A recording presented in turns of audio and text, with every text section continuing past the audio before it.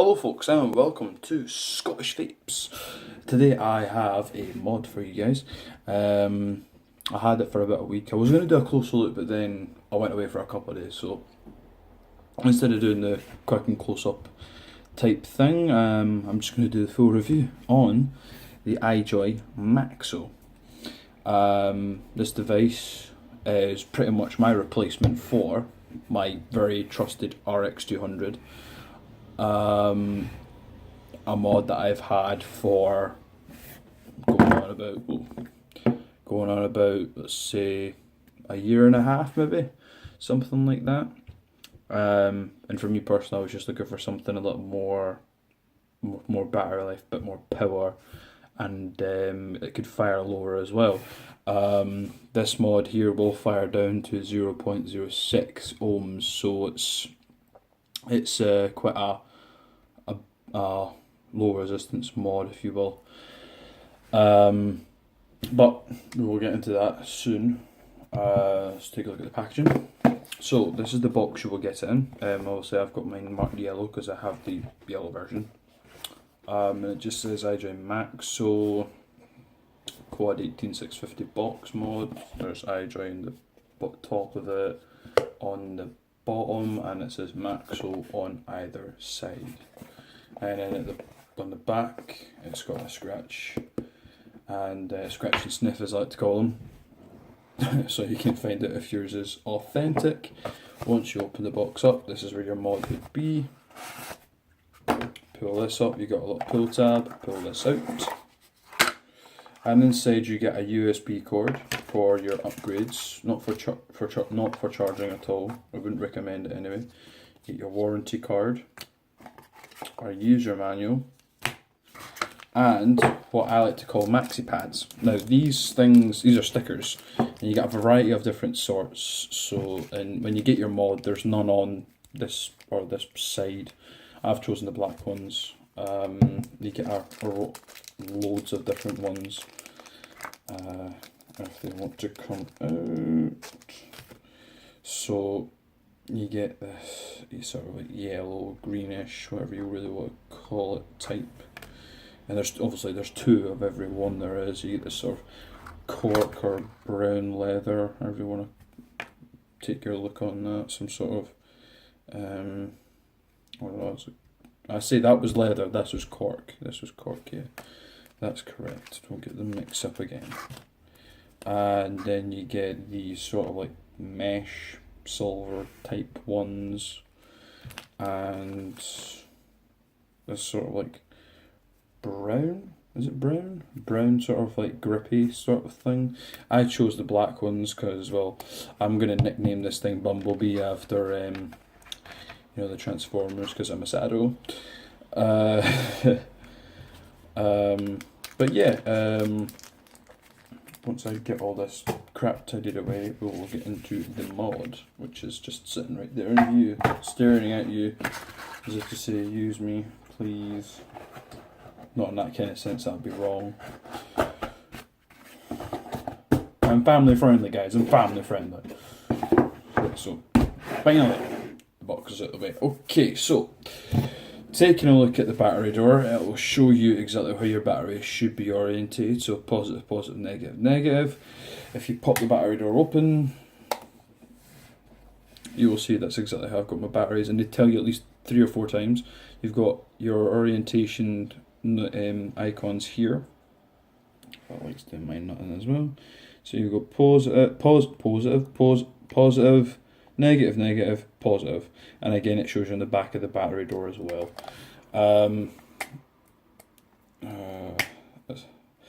You will have a slight gap on the battery door itself once you have 4 batteries in there. Nothing you can do, doesn't stop it working, it's just the pressures of the batteries pushing back. The screen, as you can see, is quite bright. I'd say it's probably the best screen I've got on any mod at the moment. You will have your resistance, your voltage, wattage, and your 2 battery indicators. Now, you can run this with just 2 batteries. I personally don't really see the point of it when it's such a big mod. I mean, take a size comparison of the RX 200. You can see it's quite a bit taller. Well, not quite a bit, just a little bit taller. And I would say it's probably got the same dimensions. I'm rocking the V4S, Mutation V4S on here. Got a 0.14 ohm build.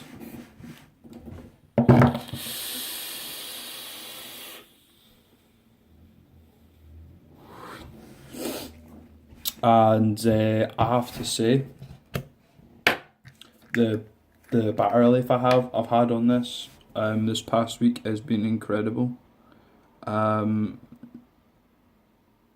took this up to Dundee for a few days, and I just happened to forget my battery charger, but I don't recall being worried at all. I was there for 5 days, and if anything, it dropped 1 bar in the battery icons. It just looking like that as it is just now. That's how it was. And you get battery life for days. I mean, I'm looking at it when I came back, I swear I could have gotten at least another 2 or 3 days out of it. So about a week and 2 days was what I was thinking you could get. Taking a look around the mod itself. So you've got battery venting here and here. It says Maxo, your up and down buttons, your fire buttons, obviously your screen. More battery ventilation, your USB for your upgrades only. The back, which it says Ijoy, hang on, it says Ijoy, you've got your battery orientation on the battery door itself.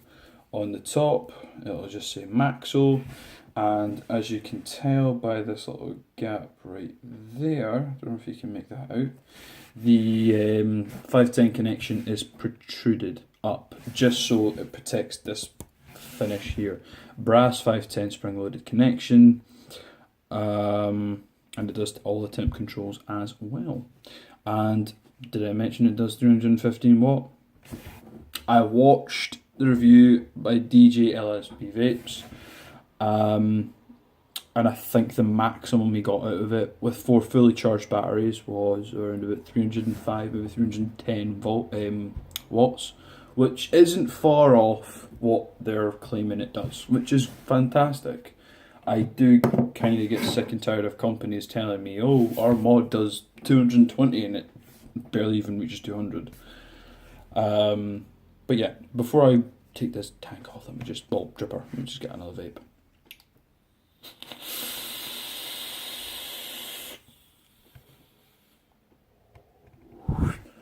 Okay, let's take this off just for a second so we can show this 510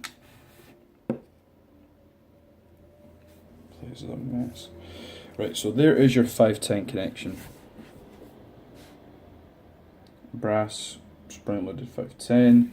As you can tell just by looking at it like that, it is protruding ever so slightly. I would put that down as a con. But it's not something I think I would be too bothered about. The battery door, I mean, if I sit this down, it does rock, but it's not going to fall over, so that doesn't really bother me that much. Going into the screen, 5 clicks to turn it on and off, and I'll power it off, and do the same again, power it on.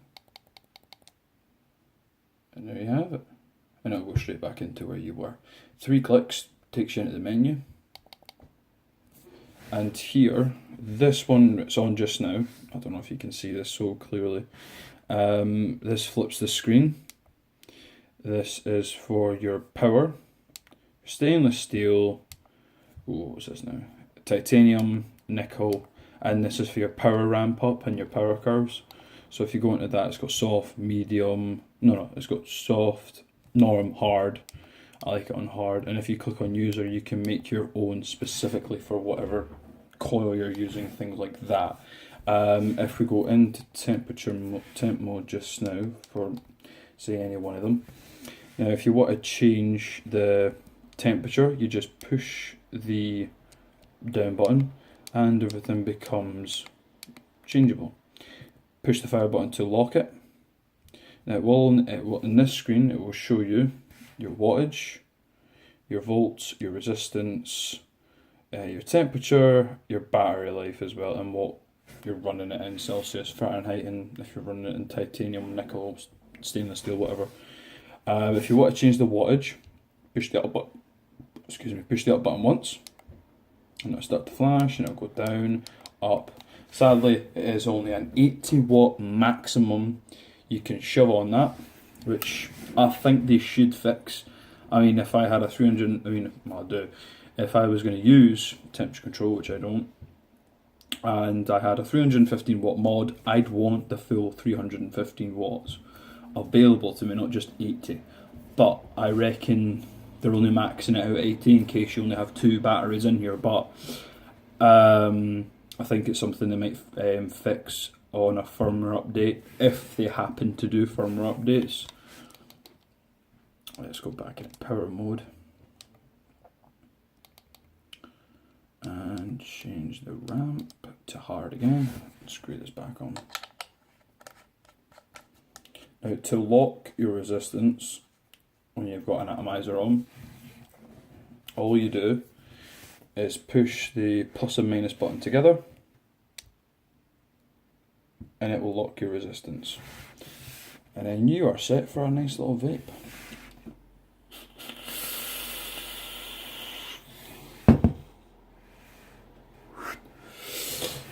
So guys, pros and cons. Right, we've got down to that part of this segment now of the review. Well, I hope so. Did I miss anything? No, I didn't miss anything, no.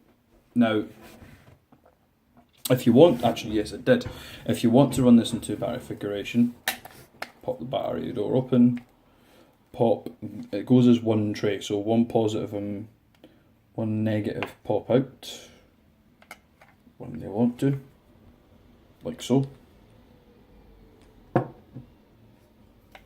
So you're left with just like that. That's 1 tray is what so the manual refers to it as by.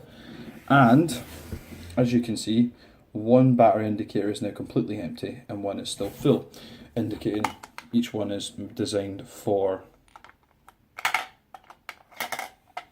1 set of batteries. Now once I've put all 4 back in, both are back up and lit. So, pros and cons.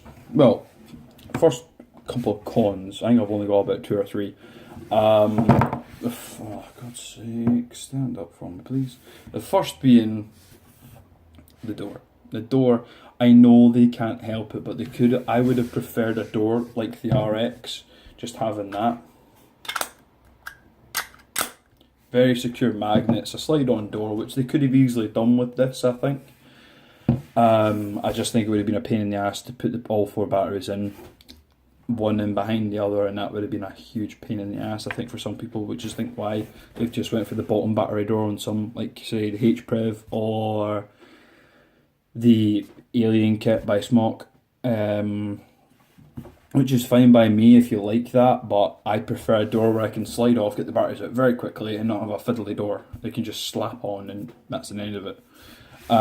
Second con would be the protruding 510.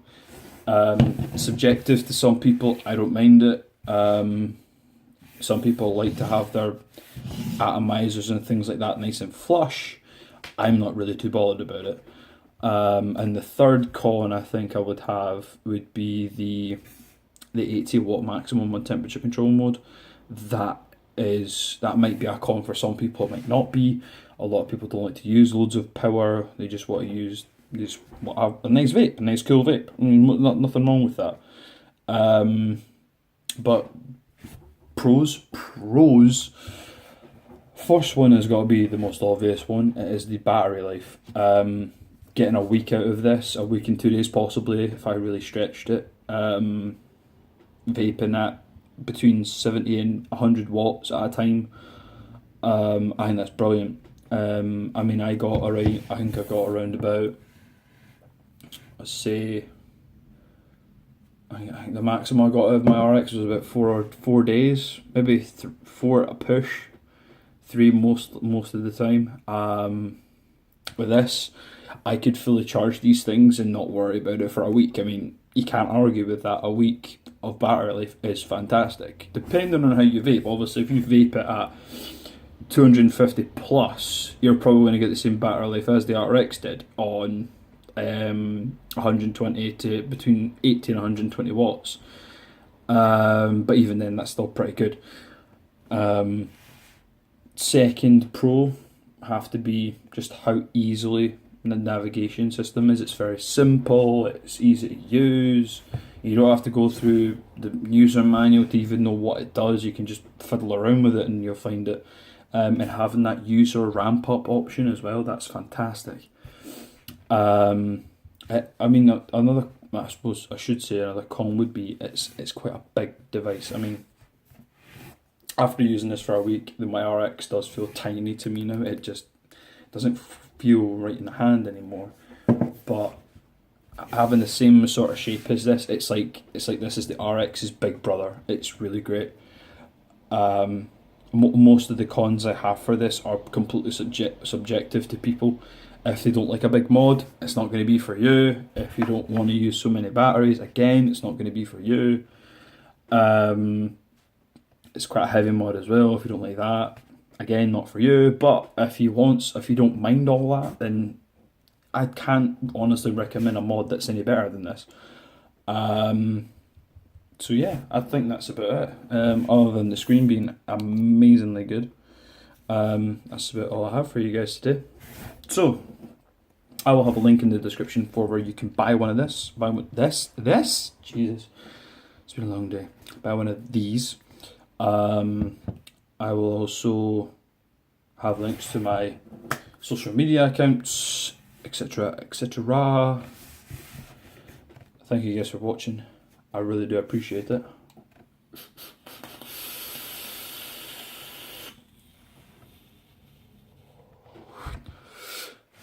Keep on vaping, guys. I'll catch you guys another time.